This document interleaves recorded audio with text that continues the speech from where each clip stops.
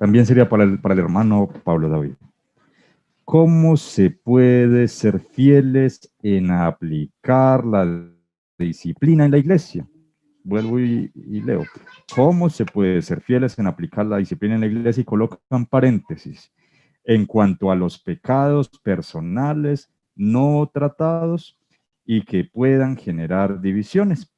Y a la vez guardar la unidad. La voy a leer toda de corrido otra vez. ¿Cómo se puede ser fieles en aplicar la disciplina en la iglesia en cuanto a los pecados personales no tratados y que puedan generar divisiones y a la vez guardar la unidad? Hermanito Pablo, es una pregunta fácil. Alejito, no es tan fácil, pensaría yo, Alejito. En lo práctico realmente no es tan fácil. Pero definitivamente la disciplina eclesiástica, Alejito, es una de las prácticas cristianas que mantienen la unidad y la salud espiritual de una iglesia. Pablo ahí en 1 Corintios 5, verso 6, él dice que tratando un pecado de un miembro de la iglesia de Corinto, dice que no era buena la jactancia de los corintios porque un poco de levadura leuda la masa. O sea que generalmente el pecado, no solo el de la división, sino el pecado de la doctrina o el pecado moral, siempre va a traer un perjuicio a la iglesia y va a afectar espiritualmente a la iglesia. Entonces, si nosotros queremos mantener la unidad y la salud espiritual de una asamblea local, de un grupo de hermanos, nosotros debemos entender y aplicar correctamente los mandamientos que la Biblia nos habla para corregir a nuestros hermanos que están en pecado. Y yo pienso que la mejor manera de guardar la unidad es llevar a cabo la disciplina de la manera correcta con las instancias que la Biblia nos enseña. Jesús ahí en Mateo 18, versos 15, dice que si nuestro hermano peca contra nosotros, nosotros tenemos unas instancias para ir y corregir ese pecado. Ahora, cuando nosotros no corregimos según las instancias que Jesús enseña ahí, pues seguramente vamos a tener problemas. Entonces, ¿cuáles son las instancias? Primero, debe ser a solas. Entonces, una manera de mantener la unidad y no involucrar a la iglesia en pecados que la iglesia no debería conocer es primero tratando el asunto en privado. O sea, no necesitamos hablar el pecado de un hermano a toda la iglesia ni murmurar contra él, porque ya estaríamos nosotros atentando contra el principio bíblico, contra la dignidad del hermano, e involucrando personas de la iglesia o a veces muchas veces de afuera de la iglesia que no deberían estar involucrados. Entonces el primer principio que la Biblia nos da es que debe dar privacidad. Lo segundo que también nos dice ahí es que se debe hablar para ganar al hermano, ¿sí? La intención siempre cuando vamos a tratar un pecado es restaurar al hermano, que él pueda ser libre del pecado, que él pueda abandonar el pecado y que pueda pues caminar de una manera santa como la palabra nos enseña. Ahora, si esta persona no escucha el pasaje que el Señor cita ahí, él dice que debemos tener testigos. O sea, cuando una persona no se arrepiente, él pierde un poco el derecho a que el asunto se trate de una manera confidencial. Entonces, ahí se deben involucrar hermanos. Se entiende que cuando se llaman testigos, se deben traer hermanos maduros, se deben traer a los hermanos que presiden, a los ancianos, si hay en la localidad espirituales, que ellos puedan tratar de manera sabia para no hacer que el pecado o el problema que está teniendo este hermano involucre a más hermanos. Entonces, la segunda instancia es con testigos. Ahora, si no oye a los testigos, la última instancia que Jesús nos enseña es que se debe hablar a la iglesia. O sea, él pierde todo el derecho de privacidad y el pecado tiene que ser expuesto ante los demás miembros de la iglesia con el fin también de que la iglesia hable con el miembro a ver si se arrepiente y abandona el pecado. Ahora, cuando se pasa esta línea, que la persona no se arrepiente, dice Jesús, o sea, se está pasando como una línea roja, la iglesia tiene el deber de considerarlo gentil.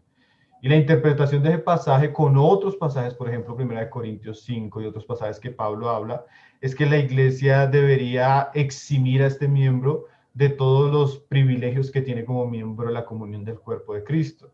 O sea, esta persona tenido como gentil por su falta de arrepentimiento no debería participar de las reuniones ni de todos los medios de gracia que tiene la vida de iglesia.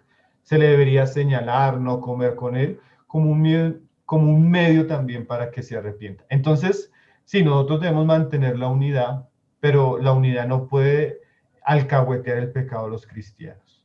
Y una manera de mantener la unidad y la salud espiritual de la iglesia, donde Dios es honrado y donde estamos creciendo en la fe en Cristo, es tratar sabiamente los pecados.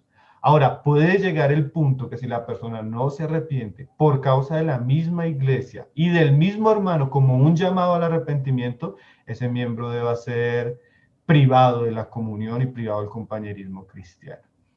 Entonces, esto definitivamente en lo práctico no es una experiencia agradable, como dice la misma palabra, la disciplina en ningún momento es agradable, pero da fruto.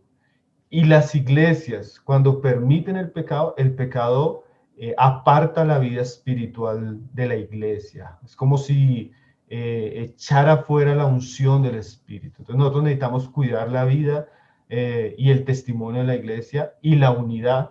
Y una de esas maneras que la Biblia nos enseña de cómo hacerlo, por el bien del miembro que está tal vez en una situación pecaminosa, sin arrepentimiento, es practicar estas instancias que Jesús enseñó. Ahora, esto tiene muchas cosas que son complejas, daría para...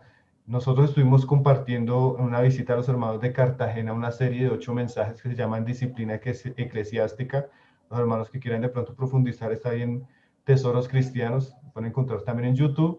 Y ahí entramos con muchos detalles, pero así en general, cuando la disciplina es aplicada correctamente, con un espíritu correcto, con amor, con el deseo de restaurar y aplicando los principios que la Biblia nos enseña, generalmente ella va a dar un buen resultado. Nosotros tenemos eso como experiencia aquí en la iglesia local, que las veces que hemos tenido que caminar bajo esos pasos, siempre hemos visto que cuando se hace con un espíritu correcto, eso en vez de desunir la iglesia, estrecha los vínculos, aún con el mismo miembro que está en esa situación y que necesita ser corregido.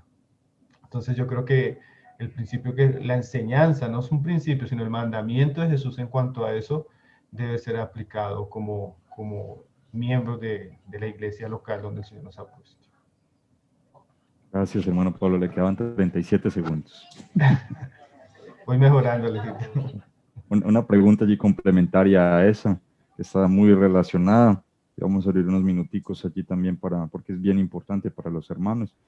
¿Cómo evitar ser partícipes en los pecados de otros y a la vez guardar la unidad? ¿Cómo evitar ser partícipes en los pecados de otros y a la vez guardar la unidad? ¿O acaso tendremos que ser partícipes de los pecados de otros para guardar la unidad? Podríamos también preguntar eso. No, yo creo, Alejito, que el participar de pecados atenta contra la misma unidad. La mejor manera, como lo veníamos diciendo, ahora nosotros no debemos ser cazadores de brujas, yo no voy a ir detrás de los hermanos a mirar qué están cometiendo, qué no están cometiendo, pero cuando el Señor por su voluntad me permite ver el pecado de un hermano, yo ya soy responsable, porque ese pasaje cuando dice que si tu hermano peca contra ti, algunos cristianos entienden que solo es la ofensa directa, pero nosotros debemos saber que como miembros unos a los otros, lo que hacemos siempre afecta a la iglesia. Entonces, cualquier pecado de cualquier hermano, aunque no sea directamente contra mí, por ejemplo, yo encuentro un hermano que está en adulterio, él está pecando, sí, primeramente contra su esposa, su hogar, sus hijos, Dios, pero también ese pecado de adulterio está afectándome a mí como miembro del cuerpo de Cristo. Y nosotros tenemos una responsabilidad corporativa como miembros de la iglesia. La palabra iglesia solo aparece 2 veces en los evangelios en boca del Señor Jesús. La primera está ahí en Mateo 16, cuando Pedro dice que Jesús es el Cristo, el Hijo de Dios. Y la segunda es en este pasaje de Mateo 18 que citábamos ahora. Quiere decir que la iglesia es aquella asamblea que está bajo la revelación del Hijo de Dios. Pero también quiere decir que según Mateo 18, la iglesia es un ente donde tenemos un compromiso espiritual mutuamente. Y si yo veo el pecado de mi hermano, yo no puedo hacer el de las gafas gordas o meter la cabeza en la tierra como el avestruz. Yo tengo que orar por él, pedir al Señor y procurar buscar a mi hermano para ayudarle a vencer ese pecado. Porque sería como de pronto yo ver que la casa al lado se está incendiando y hay un niño adentro y yo hacerme como el que no pasa nada. Eso es hasta un crimen de omisión. Y lo mismo pasaría espiritualmente si yo veo a mi hermano que está pecando y yo hago el de las gafas gordas y no lo ayudo a vencer ese pecado. Yo estoy pecando contra mi hermano, estoy pecando contra Dios, estoy pecando contra mi conciencia y voy a ser responsable. Nosotros tenemos una responsabilidad mutua sostenida en el amor para ayudar a nuestros hermanos a vencer el pecado. Entonces, yo creo que está muy ligado con la pregunta anterior, Alejito y Mayo.